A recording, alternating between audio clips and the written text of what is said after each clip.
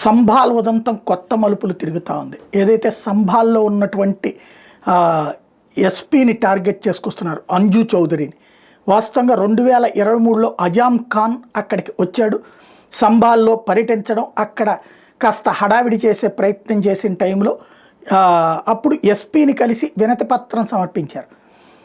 ఈ సమర్పించినటువంటి ఏది అక్కడ వాటి జోలికి రావడానికి వీల్లేదు, ఆలయాలు కూల్చారని, అక్కడ మసీదులు కట్టారని, లేకపోతే ఇంకోటి కట్టారని వాటి జోలికి రావడానికి వీల్లేదు.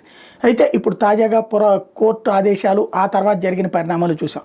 అదే అజామ్ ఖాన్ తాజాగా అక్కడికి వచ్చి ఈ అనూజ్ చౌదరిని అడిగారు, ఏ విధంగా మీరు ఒప్పుకుంటారు ఇట్లాంటి పరిస్థితి, మీకు గుర్తుందా ఆనాడే మేము రిప్రజెంటేషన్ ఇచ్చాము, అసలు మీలాంటి వాడికి ఇక్కడ ఉండటానికి అవకాశం ఇచ్చిందే, ఉద్యోగం ఇచ్చిందే సమాజ్వాదీ పార్టీ ప్రభుత్వం, గుర్తుందా అన్నటువంటి పాయింట్ రైజ్ చేసుకొస్తే సమాజ్వాదీ పార్టీ నాకేమీ పర్సనల్ ఫేవర్ ఏం చేయలేదు, పోస్టింగ్ ఇచ్చింది, పోస్టింగ్ ఇక్కడ కాకపోతే ఇంకో చోట ఇస్తారు, బట్ దానికే మీరు గర్వపడుతున్నామని చెప్తున్నారు.